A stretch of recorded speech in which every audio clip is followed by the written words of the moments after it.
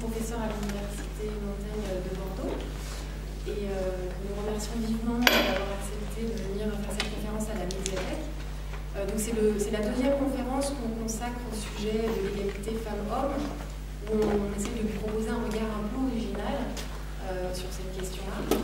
Et voilà, je n'en dis pas plus pour laisser M. Bourdeau présenter ses recherches, qui sont vraiment très appliquées à l'espace de la ville et à la façon dont la ville est faite par et pour les hommes. Alors, en espérant que ça ouvre des pistes très concrètes pour faire changer nos habitudes, nos comportements, voilà, et un impact sur les politiques. C'est en France ou c'est en... Je vais le dire, voilà. Je donne des exemples européens si vous voulez. Voilà. Vous pouvez m'interrompre hein, si vous avez. Mais là, ça a déjà commencé, donc c'est bien. C'est bien, on n'est pas très nombreux. Voilà, alors je commence pour en présentant. Je suis géographe. J'ai travaillé sur un certain nombre de sujets en géographie qui ont rapport au sport, aux loisirs et à la culture. Donc c'est un peu géographie qui sort des montagnes, des fleuves, de la démographie. Hein. C'est une géographie qu'on appelle humaine, et puis également une géographie sociale et culturelle, et qui s'intéresse maintenant dans le monde. On s'intéresse aussi peut-être aux zones qui produisent la culture. On sait qu'il y a le cinéma, il y a aussi la mondialisation du terrorisme hein, en ce moment. Donc on voit bien que le monde change, bouge, qu'il y a cette phénomène de mondialisation, et donc les approches sociales et culturelles nous amènent à voir les choses d'une façon différente. Alors sur la ville notamment, hein, c'est-à-dire que la ville pourrait être une succession de rues, d'immeubles, de constructions dans lesquelles des personnes vaquent à leurs occupations, hein, en se rendant dans leur lieu de travail, ou bien à leurs églises, dans des salles de concert, dans des salles de sport. Hein. Et donc on pourrait considérer que cette ville, c'est un ensemble de services hein, qui est destiné aux habitants. Donc là aussi, c'est une nouvelle réflexion sur la ville, c'est aussi se poser la question de comment vivent les gens qui sont dans cette ville, hein, quels usages ils font de cette ville, et du coup on arrive à une géographie aussi qui réfléchit sur des catégories. Hein. Donc là, le travail sur le genre, je vais dire quelques mots sur le genre, c'est l'idée de se dire, finalement, dans une ville, il n'y a pas que des habitants, il n'y a pas que des résidents, il n'y a pas que des gens qui travaillent, il y a aussi des habitantes et des habitants, des migrantes et des migrants, il y a dans le monde aussi cette distinction. Et est-ce que les femmes habitent la ville comme les hommes? Voilà, c'est une question qu'on peut se poser. Est-ce qu'elles migrent comme les hommes? Donc, par exemple, si on voit l'immigration aujourd'hui, on voit que même pour la population syrienne qui migre en masse, il y a une très grosse majorité d'hommes qui migrent. Les migrants économiques sont la majorité des hommes. Mais si on regarde la migration féminine, elle est particulière. On verra qu'il y a la migration du Sud, qui est la migration de la prostitution, par exemple, ou bien des bonnes Philippines hein, qui viennent garder les enfants du Nord, ou africaines, qu'il y a tous ces métiers de service. Donc on a aussi des choses qui sont très particulières. Hein. Si on regarde la géographie en séparant les mobilités des femmes et des hommes, eh bien on arrive à des choses particulières. Alors, ça suppose aussi d'utiliser des outils. Alors, je fais juste un petit peu savant, mais après, vous allez voir, c'est très pratique. Mais aussi, je pense que vous pensez, vous connaissez peut-être ces concepts, et qui sont des concepts qui nous permettent de penser les sciences humaines et sociales, hein, et qui ne sont pas des gadgets ou des modes ou des idéologies, mais vraiment des outils. Alors, notamment, c'est une définition du care, hein, qui, sur mon travail, est très importante. Le care, c'est le soin, l'affect, la sollicitude. Hein, ce n'est pas le cure qui est soigné, hein, c'est vraiment le fait de s'occuper avec affection hein, des personnes. Et du coup, ce care, eh bien, il est attribué hein, naturellement, on naturalise cette attribution en disant que les femmes sont douées pour le care. Hein, c'est-à-dire que du fait qu'elles portent les enfants, elles ont le droit de s'en occuper jusqu'à leur bac et après, et elles continuent à laver leur linge sale quand ils sont ouvriers, jeunes ouvriers ou étudiants. Hein. Donc on voit que là, ce sont des choses qui sont de l'ordre de la coutume ou de la reproduction, mais qui n'ont pas de réalité. Hein. C'est-à-dire qu'effectivement, il n'y a pas de gène du repassage, opposé à un gène du bricolage, hein. Ces images-là. Par contre, on sait que massivement dans le monde, ce sont encore les femmes qui s'occupent des petits-enfants, mais aussi des personnes âgées, des personnes handicapées, et on a considéré longtemps que c'était naturel. C'était effectivement les philosophes américaines, Carl Gilligan, John Trotto, ont réfléchi en disant finalement c'était le travail forcé des femmes était qu'elles n'avaient pas le choix, elles étaient obligées de s'occuper de ces tâches ménagères. Et ce qui caractérise aussi ce travail forcé des femmes, c'est qu'il est invisible, hein, c'est-à-dire que ce qui est montré en général dans le travail, la belle partie spectaculaire du travail, eh bien, c'est la technologie, c'est les grandes œuvres, les inventions, hein, et puis pour que la société se reproduise, eh bien, il faut qu'il y ait ce travail dont on ne parle pas, hein, qui s'appelle le sale boulot des femmes, hein, mais là j'en parle, en fait, en analysant, j'analyserai au fur et à mesure comment je peux dire ça en étant un homme aussi. Hein. Alors, autre réflexion sur le care, c'est l'éthique et la politique du care. C'est-à-dire qu'en fait, eh bien, il y a toute cette réflexion qui se dit qu'il ne peut pas y avoir de sociétés qui se reproduisent, qui durent, hein, s'il n'y a pas ce soin des petits-enfants et ce soin, cette nécessité de prendre en charge les gens handicapés ou malades. Et donc, peut-être une des caractéristiques de notre société, c'est d'avoir tout basé sur la performance individuelle, hein, sur la réussite économique, etc. Et d'avoir délégué, finalement, le soin à un travail, hein, qui est les travaux du care, souvent d'ailleurs où sont employées les femmes, hein, donc c'est les travaux de l'éducation, l'enfance, du travail social. Hein. Et on sait que dans les sociétés qui négligent cette partie du soin, eh bien, à ce moment-là, tout se met à aller de plus en plus mal, hein, parce que si on ne s'occupe pas aussi des estropiés, des vieux et des enfants ou des handicapés, eh bien, on est dans une société qui devient très très malade. Hein. Donc il y a cette idée pour le jeune Tronto de mettre le care, hein, comme projet politique au cœur de la scène politique. Alors ça avait été repris à l'époque des primaires, il y a bien longtemps ça, par Martine Aubry, hein, qui parlait du care. Elle avait été immédiatement taclée par Manuel Valls, qui lui avait dit que lui, il ne voulait pas une société de bisounours où on se prenne soin des gens, mais il voulait une société de l'initiative, de la performance, etc. Hein, donc on voit bien dans le discours politique comment finalement il y a une dévalorisation, hein, de cette approche du care, hein, qui est caricaturée aussi souvent, on dit la cistana, hein, donc voilà, c'est ça comme si les gens... et alors que le fait d'assister des personnes en souffrance ou en difficulté, ça fait partie de la nécessité absolue pour que la société puisse vivre. Hein. Alors, deuxième élément, hein, qui a été polémique un temps, je crois que pour nous scientifiques, c'est réglé. Hein. Il n'y a aucun dans ma communauté scientifique, on n'est pas tous du même avis, mais tout le monde pense que le genre est une donnée scientifique absolument indispensable, hein, comme maintenant de plus en plus la race avec les guillemets. C'est-à-dire qu'effectivement, on analyse que la société, elle est faite aussi de rapports entre femmes et hommes, hein, qui sont des rapports sociaux, hein, ces rapports dont on vient de parler, et qu'effectivement, ça correspond à une construction. Hein, et que Catherine Vidal, avec qui souvent je fais des conférences, qui a travaillé sur la plasticité du cerveau, qui est une neurophysiologie, montre que maintenant, depuis l'IRM, quand vous faites des coupes du cerveau, tous les cerveaux sont différents, hein, et ils se ressemblent tous, c'est-à-dire qu'un cerveau de femme et un cerveau d'homme ont exactement la même configuration. Hein. Et chaque cerveau se construit, c'est-à-dire qu'on a des cerveaux qui sont pratiquement vierges d'informations au départ, à part juste une ou deux petites zones, et puis dès que l'environnement se met en place, eh bien, il y a des milliards de neurones qui se connectent, et se connectent par rapport aux impacts que leur donnent les parents, la famille, l'environnement en général. Donc c'est l'environnement qui connecte ces zones, et donc c'est aussi pour ça que maintenant on sait que les enfants sont construits dans leur identité, pas seulement sexuée, hein, aussi culturelle, sociale, etc., dès leur temps d'enfance, par les impacts de l'environnement. Et évidemment, c'est là que se construit une construction sexuée, enfin l'identité sexuée, qui est tellement bien faite qu'on a vraiment l'impression que c'est naturel, et qu'on croit avoir élevé pareil à un garçon et une fille, et puis le garçon à 3 ans, il court après un ballon en donnant des énormes coups de pied, alors que la fille berce une poupée, et donc on a l'impression, c'est à s'y méprendre à quel point ça semble naturel, mais c'est déjà l'objet d'une construction, hein, qui est une construction faite par l'environnement, donc il n'y a aucun doute sur ce sujet. Hein. Voilà, après il faut savoir à qui profite la construction de l'identité sexuée, et donc si justement dans les analyses qui sont faites par les sociologues, on montre bien qu'on est dans une société qui est dominée par les hommes, hein, politiquement, sociologiquement, etc.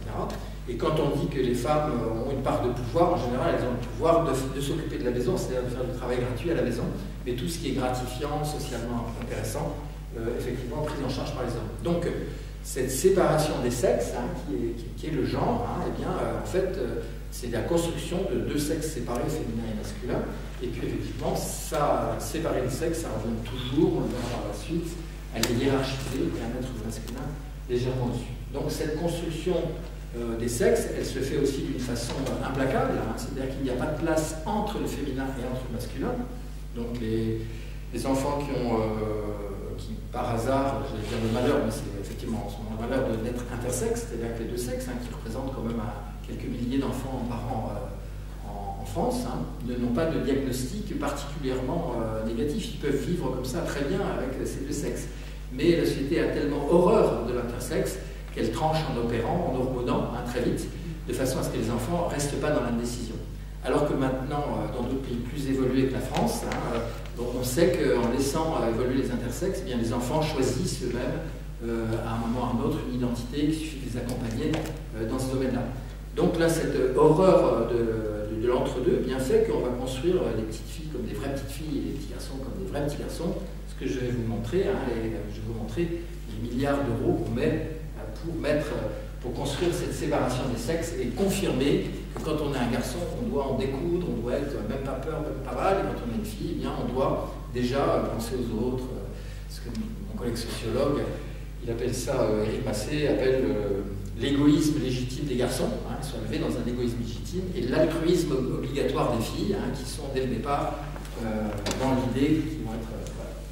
Donc le genre, c'est un peu tout ça, c'est à la fois le sexe social, à partir de la fameuse phrase de Simone de Beauvoir, on n'est pas femme, on le devient, on pourrait dire on n'est pas homme, on le devient aussi, et puis ces rapports sociaux de sexe, ces rapports de sexe qui font que on est identifié que dans une relation femme-homme, où que ce soit, eh bien, on a toujours ce jeu qui joue la relation, où on se conforme à une identité. Oui, je vous en prie. On peut poser... Bien sûr, oui. Non, mais je dis, pendant le... Je pensais que vous attendiez à la fin de poser... On peut poser les questions. Bien sûr, bien sûr. Mais devenir une femme ou devenir un homme, dans le texte là, genre, qu'est-ce que ça veut dire? Ça veut dire devenir socialement une femme qui aura la priorité pour s'occuper des enfants, qui sera orientée vers des métiers où elle peut ménager sa vie familiale et sa vie professionnelle, et également orientée sur des métiers qui sont proches des stéréotypes de sexe. C'est-à-dire que là, aujourd'hui, en France, et pas en Suède, mais en France, eh bien, à la fin de la troisième, les filles choisissent massivement, quand elles vont en lycée professionnel, les métiers de l'esthétique, le soin, les animaux, et les garçons, la chaudronnerie, la technologie et l'informatique. Donc on voit bien que ce formatage, on parle de formatage, eh bien il devient une seconde identité, et qu'effectivement, si je grandis bien dans ma peau de garçon et si je grandis bien dans ma peau de fille, eh bien je suis de façon très naturelle orienté à avoir un destin qui est assez tracé et inégal, puisque effectivement mes collègues des orientations professionnelles montrent que les garçons choisissent entre 3000 métiers à la fin des troisièmes et les filles entre 300 métiers. Et pour les enfants qui sont intersexes, en France, on les oblige plus ou moins à choisir.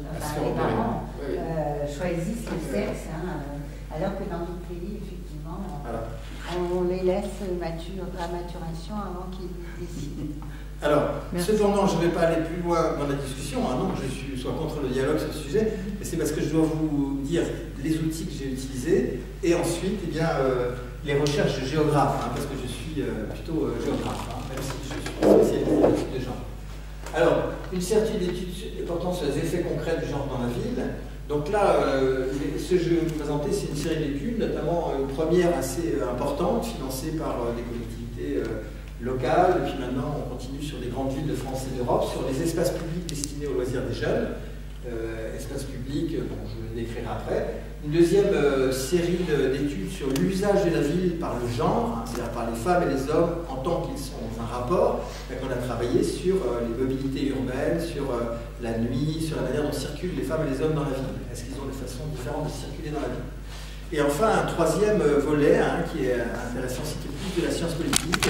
J'ai travaillé sur une longue opération de 6 mois de participation qui a mobilisé une centaine de personnes autour du schéma de mobilité urbaine de Bordeaux. Et donc j'ai analysé quels étaient les arguments et les prises de parole des personnes selon leur sexe sur cette construction de la ville.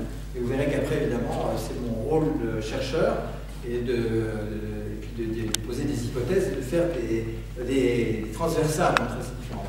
Alors les publications... Géographie des homophobies, parce qu'en fait, la question du genre, ce n'est pas que la question masculin-féminin ou féminin-masculin, c'est la question aussi des personnes qui sont non conformes au rôle de genre. Quand on est dans la ville et qu'on est gay, il ne fait pas très bon de se tenir par la main le soir dans certains quartiers ou dans certaines villes. Maintenant, c'est un peu plus confortable qu'il y a il y a 10 ans ou 20 ans. Et c'est pareil aussi quand on est lesbienne ou quand on est encore plus trans, où là, on doit apparaître vraiment, être totalement une femme ou totalement un homme, et si on est entre les deux, eh bien, c'est courir des grands risques de la ville. Et donc, c'est ce que nous appelons, nous, les normes spatiales, c'est-à-dire que la ville autorise les femmes féminines, des hommes masculins dans la ville, et tous les autres sont suspects dans la ville. Donc, on voit que la tranquillité des passants eh bien, dépend aussi de leur conformité au rôle de genre.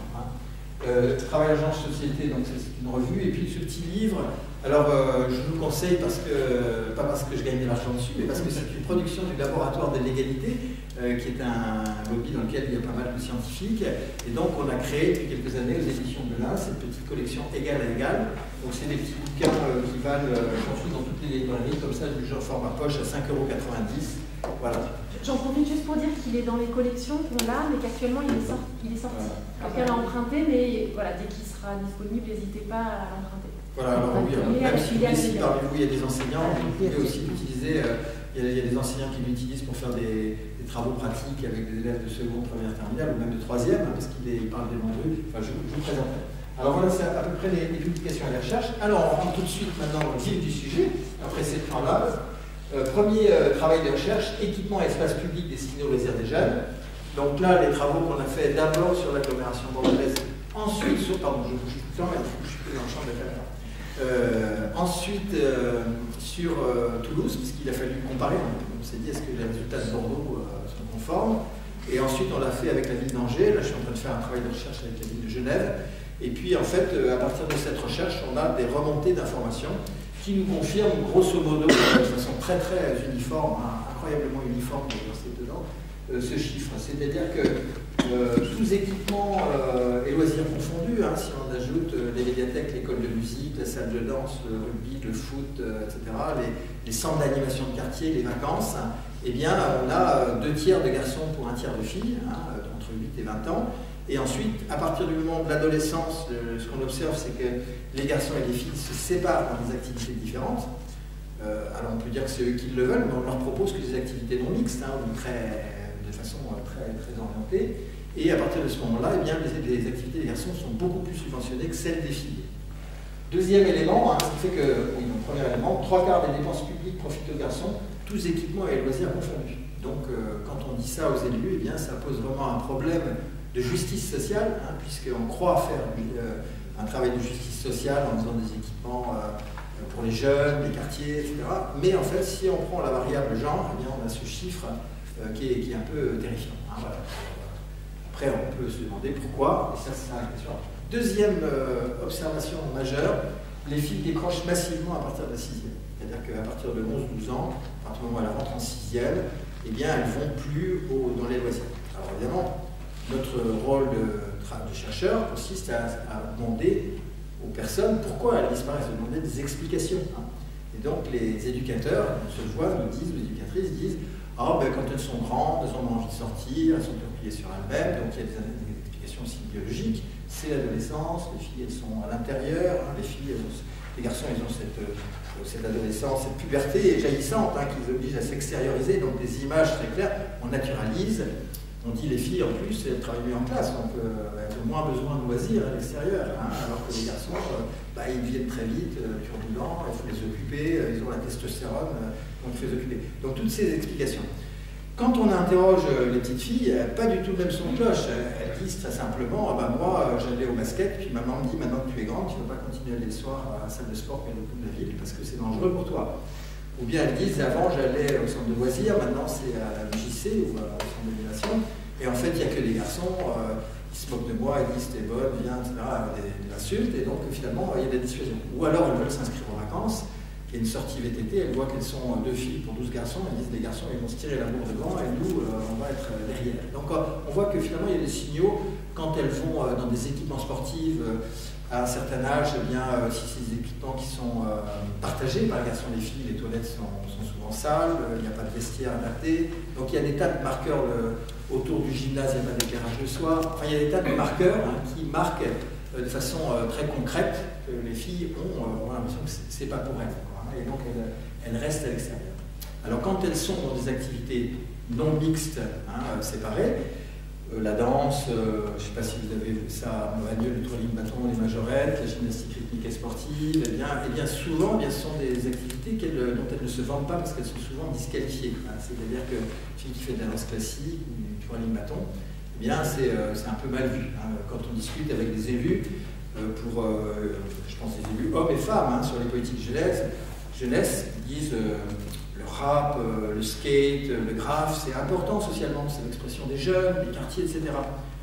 La danse classique, la gymnastique rythmique et sportive, le twirling bâton, la natation synchronisée, c'est ringard, c'est démodé, ou bien c'est des trucs de bourgeois. Enfin, vous voyez, il y a cette... Et vous observerez que chaque fois, d'ailleurs, hein, on parle de ces activités de loisirs, eh bien, il y a toujours une très grande valeur donnée aux activités masculines, dites masculines, où sont majoritairement les hommes, et des valorisations. Donc on voit par exemple que dans les communes où il y a des écoles de danse importantes, eh bien, il y a beaucoup moins de budget pour la danse, hein, que pour d'autres secteurs d'activité, et c'est toujours difficile de faire remplacer un plancher de danse. Alors, il y a une très grande inégalité entre les villes, et je connais, étant de cette banlieue, aussi la qualité des équipements de banlieue, hein, qui est depuis longtemps une ville qui s'est aussi penchée sur ces questions. Alors, deuxième élément, auquel je n'échappe pas mal par contre, je pense, on voit arriver sur le marché des équipements spécialisés, hein, de loisirs,